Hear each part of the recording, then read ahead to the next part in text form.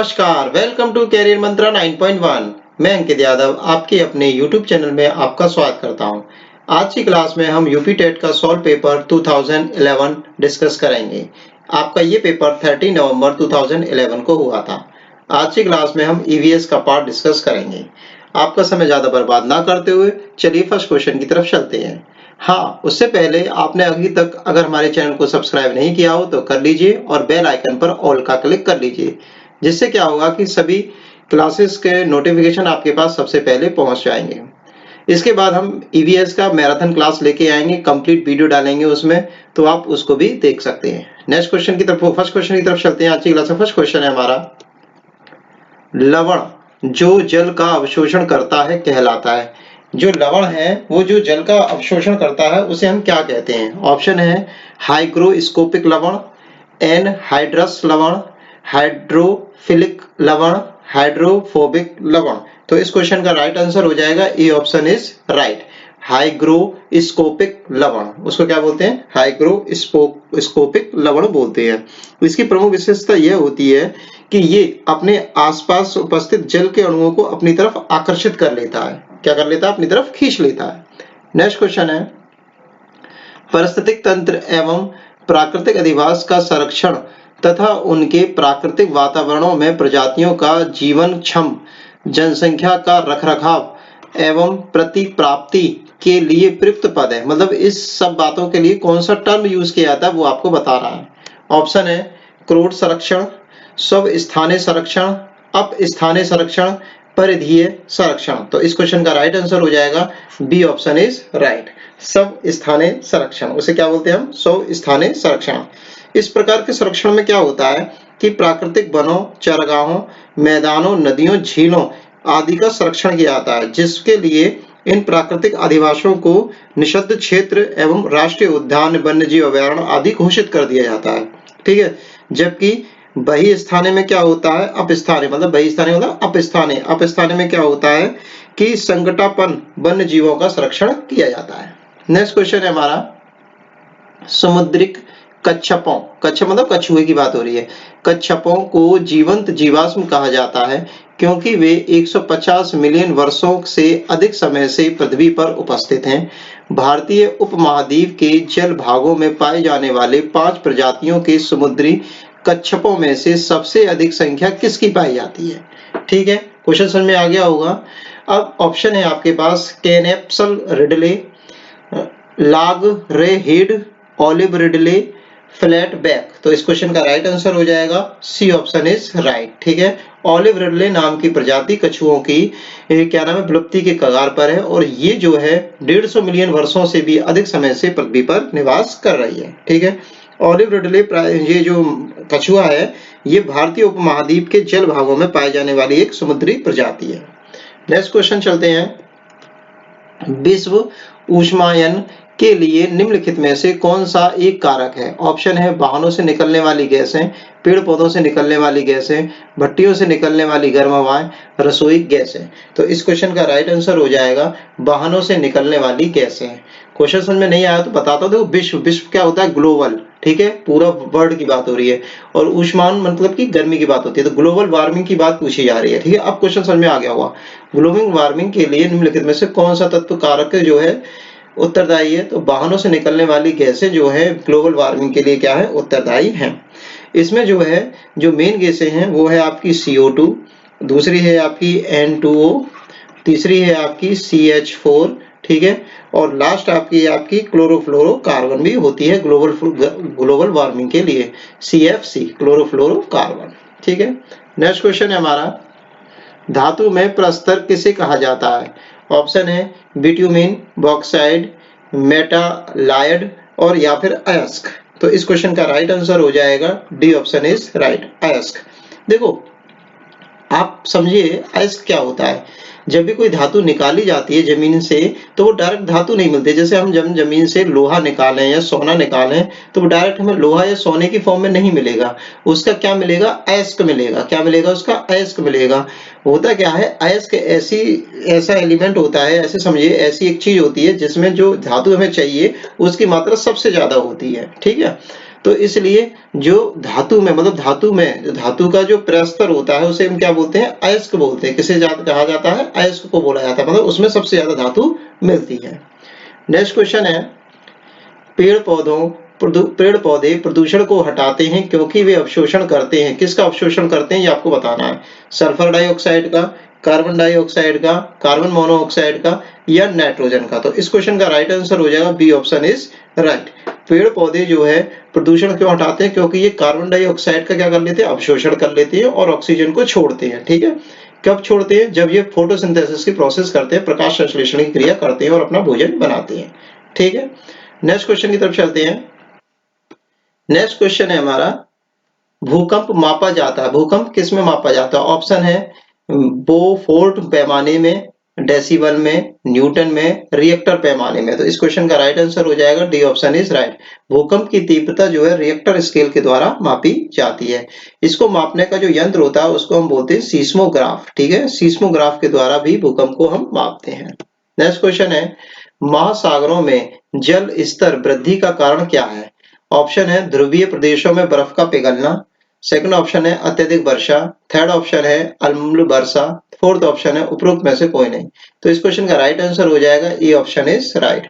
ध्रुवीय प्रदेशों में बर्फ के पिघलने से क्या होता है, जो महासागर होते हैं उनका स्तर बढ़ जाता है। देखो ध्रुवीय प्रदेश में क्या होता है, जो बर्फ पिघलती है तो बड़े बड़े ग्लेशियर होते हैं, पहाड़ होते हैं बड़े बड़े बर्फ के, तो वो जैसे ही पिघलेंगे तो वो पिघल के पानी कहाँ आएगा, हमारे महासागरों में आएगा, और महासागर जब पानी आएगा ज्यादा तो उनका जो स्तर होगा वो क्या हो जाएगा, बढ़ जाएगा। ठीक है, नेक्स्ट क्वेश्चन की तरफ चलते हैं हम लोग।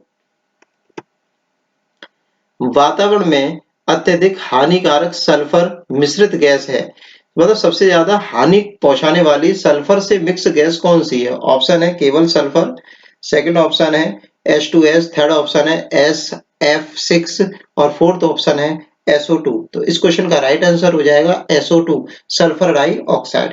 ठीक है, जो हानिकारक गैस है सल्फर से मिली हुई वो है सल्फर डाइऑक्साइड, जो कि बहुत ज्यादा नुकसान पहुंचाती है। क्या पहुंचाती है, हमें बहुत ज्यादा नुकसान पहुंचाती है।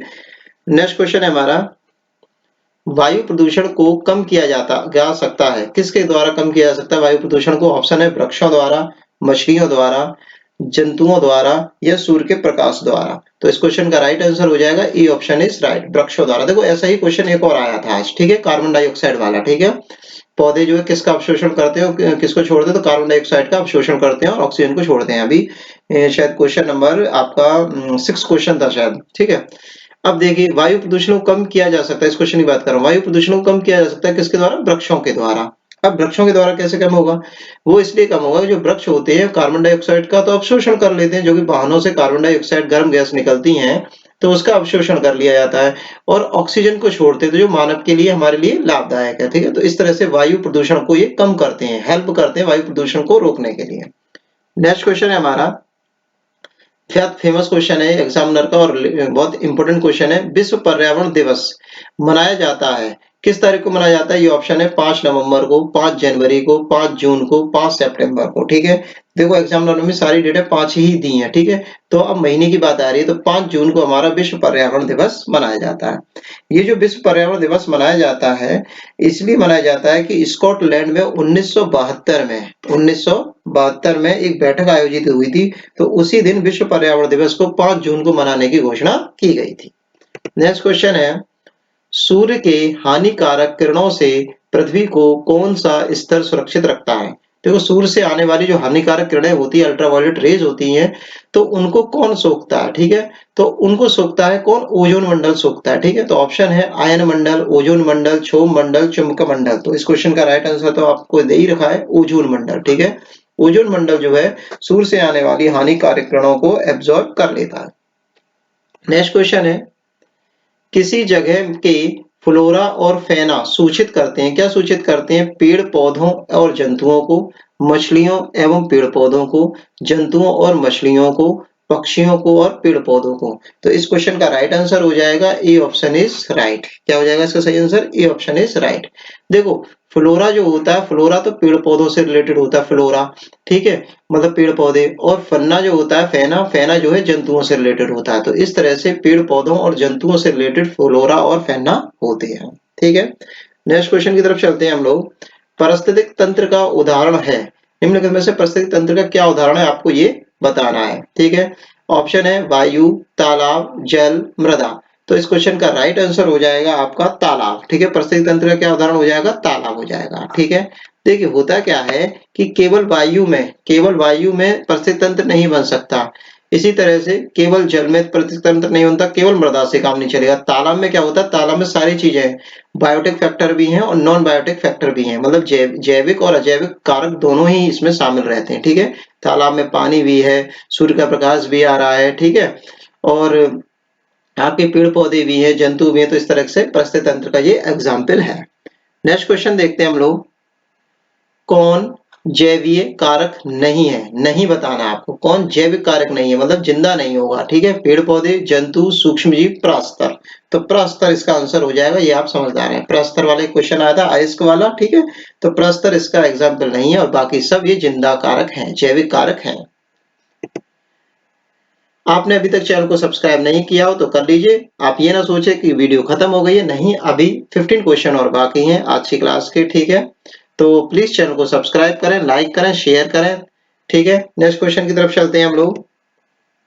अधिकतर पेड़ पौधे पाए जाते हैं, कहाँ पाए जाते हैं, स्थल मंडल में, जल मंडल में, वायुमंडल में, प्रकाश मंडल में। ठीक है, तो अधिकतर जो पौधे पाए जाते हैं वो पाए जाते हैं आपके किसमें, स्थल मंडल में पाए जाते हैं। ठीक है, तो ए ऑप्शन इज राइट। ठीक है, ज्यादा से ज्यादा पेड़ पौधे कहाँ मिलेंगे, स्थल पे मिलेंगे, जमीन पे मिलेंगे। ठीक है, पानी में इतने पौधे नहीं मिलते हैं, सिंपल सी बात है। ठीक है, नेक्स्ट क्वेश्चन है, अन्य मृत जंतुओं पर निर्वाह करने वाले प्राणियों को कहते हैं। ठीक है, अन्य मृत मतलब मरे हुए जिन जीवों पर कौन निर्वाह करते हैं, मतलब उनको कौन खाता है, ये बताना है आपको। ऑप्शन है पैरासाइट, डिकम्पोजर, स्केवेंजर और ओमनीवोर। तो इस क्वेश्चन का राइट आंसर हो जाएगा C option is right, scavenger. ठीक है, जो मरे सड़े मरे या मांसाहारी, और स्केवेंजर होता क्या है, पहले से बात समझो। स्केवेंजर जो होते हैं शाकाहारी और मांसाहारी दोनों होते हैं, और ये जो है मतलब मृत जंतुओं को भी खाते हैं और मृत पेड़ पौधों को भी खाते हैं। ठीक है, और अपना भोजन यापन करते हैं। इसके एग्जाम्पल है जैसे मक्खी हुआ, गिद्ध हुआ, इसके एग्जाम्पल है स्केवेंजर की। नेक्स्ट क्वेश्चन है बहुत फेमस, कई बार आ चुका है, अगर पुराने पेपर देखे हो तो आपको सबको पता ही होगा। सीएनजी का संक्षिप्त रूप है, ऑप्शन है, मतलब इसकी फुल फॉर्म बतानी है आपको। ठीक है, clean natural gas, compressed natural gas, carbonized natural gas, carburettor rated natural gas. तो इस क्वेश्चन का राइट आंसर हो जाएगा B option is right, compressed natural gas, compressed natural gas. ठीक है, इसमें क्या होता है, प्रेशर के द्वारा जो गैस होती है उसको जो है प्रेशर के द्वारा दबा करके कंप्रेस्ड किया जाता है। ठीक है, इसको प्रेशर जो दिया जाता है वो 200 से लेकर के 250 किलोग्राम वर्ग सेंटीमीटर तक दबाया जाता है इस गैस को। ठीक है, इस प्राकृतिक गैस में मेथेन, एथेन और प्रोपेन होती है। ठीक है, इस बात को याद रखेंगे, मैं लिख देता हूं एक सेकेंड। देखिए, इसमें मेथेन होती है, इथेन होती है और प्रोपेन होती है, इसमें 3 गैसेस का मिश्रण होता है। ठीक है, नेक्स्ट क्वेश्चन देखते हैं हम लोग, निम्नलिखित में से कौन विश्व उष्मायन का कारण है। ठीक है, फिर से देखो, विश्व उष्मायन ग्लोबल वार्मिंग वाला क्वेश्चन देखो, एक और डाल दिया इसने। ठीक है, ऑप्शन है जल प्रदूषण, मृदा प्रदूषण, वायु प्रदूषण या ध्वनि प्रदूषण। तो इस क्वेश्चन का राइट आंसर हो जाएगा क्या आपका, सी ऑप्शन इज राइट, वायु प्रदूषण। देखो, वायु प्रदूषण क्या है, ग्लोबल वार्मिंग का कारण है। क्यों, क्योंकि क्या है, गैसेस क्या है, गैसेस निकलती हैं, गैसेस से ग्लोबल वार्मिंग होती है। गैसेस क्या वायु प्रदूषण फैलाती हैं, गैसेस से ही ग्लोबल वार्मिंग होती है। क्यों, क्योंकि एटमॉस्फेयर गर्म हो जाता है, एटमॉस्फेयर गर्म होगा तो टेम्परेचर बढ़ेगा, और टेम्परेचर बढ़ेगा तो क्या नाम है, ग्लेशियर वगैरह पिघलेंगे। ठीक है, तो ग्लोबल वार्मिंग होती है। नेक्स्ट क्वेश्चन की तरफ चलते हैं, गर्मी बढ़ेगी। नेक्स्ट क्वेश्चन है हमारा, महासागरों ने पृथ्वी पृष्ठ के अधिकांश जगह को आवृत किया है, जो है लगभग।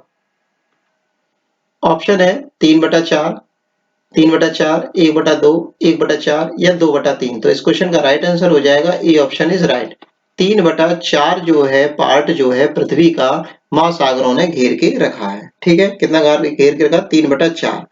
अब बात आती है, अगर केवल महासागर का विस्तार देखा जाए तो वो है 2/3। कितना है, 2/3 केवल महासागरों का। ठीक है, पर क्या है कि पृथ्वी के लगभग 3/4 पर जल मंडल स्थित है, तो मतलब जल मंडल कहा जाएगा आपका 3/4, इसका आंसर माना था आयोग ने।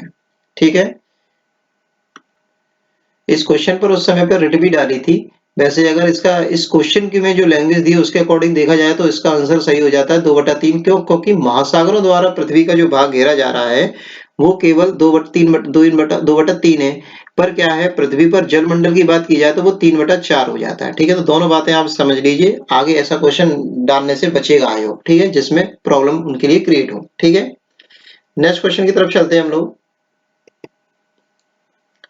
स्टेलेक्टाइड और स्टेलेमाइट के निक्षेपण में होता है, क्या होता है? ये अयस्कों के नाम है। किसके नाम है? अयस्कों के नाम है। तो उनसे क्या मिलता है ये हमें बताना है। सिलिका का, मैग्नीशियम कार्बोनेट का, कैल्शियम कार्बोनेट का, सोडियम कार्बोनेट का। तो इस क्वेश्चन का राइट आंसर हो जाएगा C option is right. Calcium carbonate हमें इनसे मिलता है। क्या मिलता है? कैल्शियम कार्बोनेट हमें इन दोनों अयस्कों से मिलता है। नेक्स्ट क्वेश्चन है, निम्नलिखित में से कौन वायु प्रदूषण का एक उदाहरण है? एग्जाम्पल है वायु प्रदूषण का। धुआं और कुहासा, वाहनों से निकलने वाली गैसें, जलती हुई लकड़ी या चारकोल से निकलने वाली गैसें, उपरोक्त सभी। उपरोक्त सभी साफ दिख रहा है, क्या हो जाएगा हमारा? उपरोक्त सभी। ठीक है, देखो इसमें धुआं है, ठीक है, गैसें हैं तो ये सब क्या वायु प्रदूषण करेंगे। तो आंसर हो जाएगा हमारा क्या? डी ऑप्शन इज राइट, उपरोक्त सभी। नेक्स्ट क्वेश्चन की तरफ चलते हैं हम लोग। भारत तथा दूसरे देशों में प्रदूषण को रोकने के लिए बनाए गए नियम डैश का प्रयोग रोकता है। अब नियम जो बनाए गए हैं वो जो है नियम किस चीज को निषेध करते हैं, किस चीज को रोकते हैं? कागज के थैलों को रोकेंगे, प्लास्टिक के थैलों को रोकेंगे, नायलॉन के थैले को रोकेंगे, या फिर चमड़े के थैलों को यूज करने से मना करते हैं। तो इस क्वेश्चन का राइट आंसर हो जाएगा B option is right. Plastic के थैलों को यूज करने से वो मना करते हैं। जो मतलब आपकी मीटिंग वगैरह हुई है उसमें कागज प्लास्टिक के थैले यूज नहीं करने हैं, क्योंकि प्लास्टिक गलती नहीं है आसानी से। आपको पता है अगर प्लास्टिक को जमीन में गाड़ दिया तो जमीन बंजर करेगी, ठीक है, उसको जला दिया जाए तो वायु प्रदूषण करेगी, उसको कोई जानवर खा लेगा जैसे गाय वगैरह खा लेगी तो वो गाय मर जाएगी। तो इस तरह से प्लास्टिक के थैलों को बैन किया गया है। नेक्स्ट क्वेश्चन है, हवा में उपस्थित ऑक्सीजन का परसेंटेज लगभग कितना है? ऑप्शन है 44%, 23%, 40% या 21%। ये आपको पता होगा, ऑक्सीजन का परसेंटेज है 21%।